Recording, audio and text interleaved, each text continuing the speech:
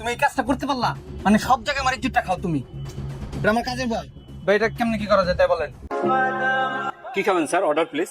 হ্যাঁ মা, কি খাবার দাও, অর্ডার দাও। বাজান আমি তো বুঝি না, তোর যেটা ভালো লাগে এটা অর্ডার দে। তুমি কইলা চাইনিজ খাইবা, এলা তোমার চাইনিজ নিয়ে এলাম, যেটা খাবো ওটা অর্ডার দিতো। বাজান ভাত আছে না? ভাত ভাত আর গরুর মাংস দে। দিল মাইছের সামনে ইজ্জতটা খায়া।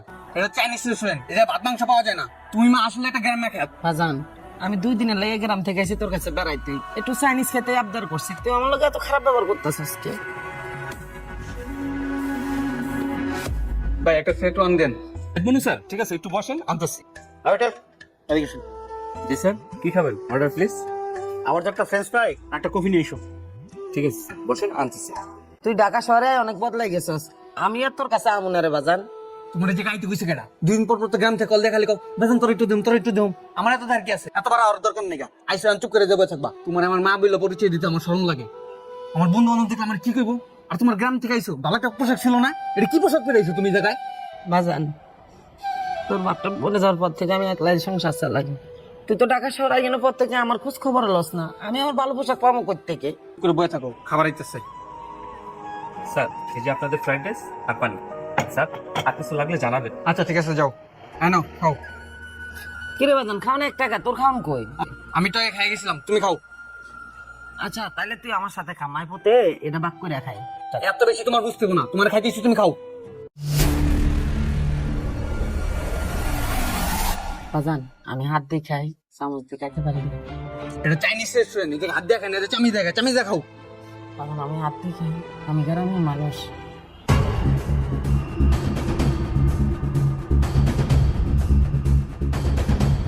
তোমরা আসলে গ্রাম মা খেত, বুঝছো? তোমার মানে যে কি কম কিছুই কর না। খাও যেমনি মন তেমনি খাও তো। মহিলার সাথে তো খারাপ ব্যবহার করতেছে, এটা তো মোবারকের মতো লাগতেছে আমাদের অফিসের স্টাফ। এই মোড়ক, স্যার। এই বসো বসো বসো বসো। ভালো আছো তুমি? হ্যাঁ ভালো আছেন স্যার। আচ্ছা সাথে উনি কে? ওনাকে তো ঠিক চিনতে পারলাম না। এটা এটা স্যার, উনি তো আমার বাসার কাজের মহিলা।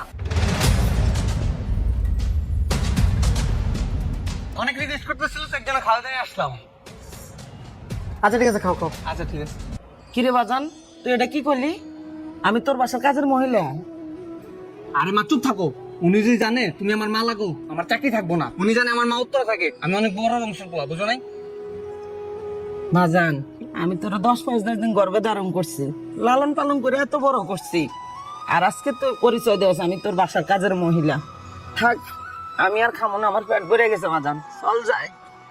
এই মহিলাই চুপ করে খাই ওঠো, আমার অনেক কাম আছে। খাবার অপচয় করো না, চুপ করে খাই ওঠো। স্যার এই যে আপনার ফ্রাইস আর কবিটা নিয়ে আসতেছি। আচ্ছা আচ্ছা ঠিক আছে। এই এক মিনিট। জি স্যার। ফ্রেঞ্চ ফ্রাইয়ের সাথে চিকেন 2 পিস আর 1 পিস কেন? আর পিস কোথায়? মানে স্যার চিকেন তো 2 পিস থাকার কথা, 1 পিস কেন? স্যার আপনি একটু সময় অপেক্ষা করেন, আমি আর পিস চিকেন নিয়ে আসতেছি। ঠিক আছে যান। আমাদের মেনুতে দেওয়া আছে 2 পিস চিকেন, অথচ নিয়ে আসলো 1 পিস।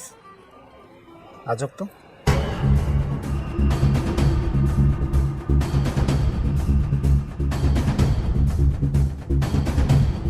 স্যার আমি আর খাবো না, চলেন বাসায় যাই। হইছে, বাপ কম মারাও, চলো। আজকে যা করলা তুমি।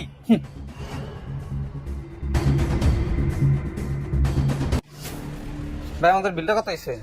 আপনাদের বিল হ্যাঁ 450 টাকা। 450 না? আরে আপনার হাতে ওইটা কি? কিছু না। আরে কিছু না মানে, আরে দেখি না। এই ভাই করো, দাও দাও। না না দেখে দেন। কি এটা? চিকেন। ও বুঝছি, এই মহিলা তো একটু চরম লেভেলের চোর। উনি চুরি করছে এই চিকেনটা। আরে তাই তো কই, ফ্রেঞ্চ ফ্রাই চিকেন কই গেল? তার মানে উনি চুরি করছে, উনি একটা চোর। এই চোর মহিলা নিয়ে আপনি এখানে আইছেন? হ্যাঁ এই মহিলাই তুমি চিকেন কই পেয়েছো? চিকেন মানে আমার। তুমি তো থাকো, তুমি সামান্য একটা চিকেন চুরি করলা। তুমি আমার কইতা তোমার কাজটা মুরগি এনে দিতাম, তুমি এই কাজটা করতে পারলা? মানে সব জায়গায় আমার ইজ্জতটা খাও তুমি। এটা আমার কাজের বা, এটা কেমনি কি করা যায় তাই বলেন। ঠিক আছে স্যার, 450 টাকা আর এই চিকেনের দাম 150 টাকা। আপনারা 600 টাকা দেন। তোমার আমি আর বাচ্চি না। আরে ওটাই গেল কই?